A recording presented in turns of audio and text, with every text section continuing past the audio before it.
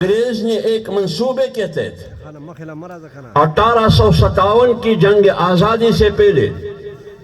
یہاں جو ادارے قائم تھے ان تعلیمی اداروں میں عصری علوم بھی پڑھایا جاتا تھا اور دینی علوم اسلامیہ بھی وہاں سکھایا جاتا تھا. یعنی ادارے سے جو بھی فاضل نکلتا ایک طرف اگر ان کو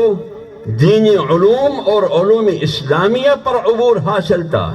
تو دوسری طرف ان کو عصری اور فنی علوم پر بھی عبور حاصل تھا. لیکن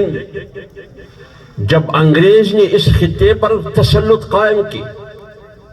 مسلمانوں کی سیاست انہوں نے ختم کی، مسلمانوں کی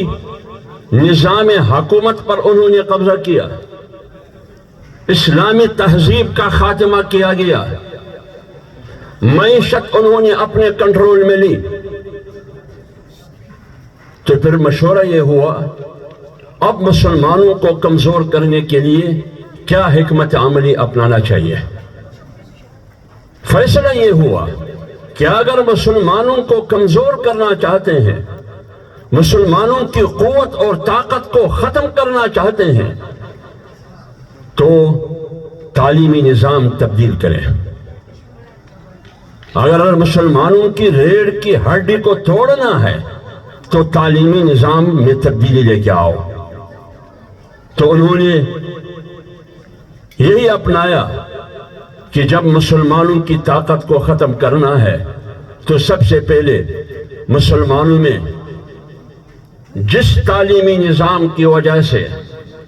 جن علوم کی وجہ سے اس میں حریت اور آزادی کا ایک جذبہ پیدا ہوا ہے، جہاد کا ایک جذبہ ہے، اس میں اس کو ختم کرنا ہوگا.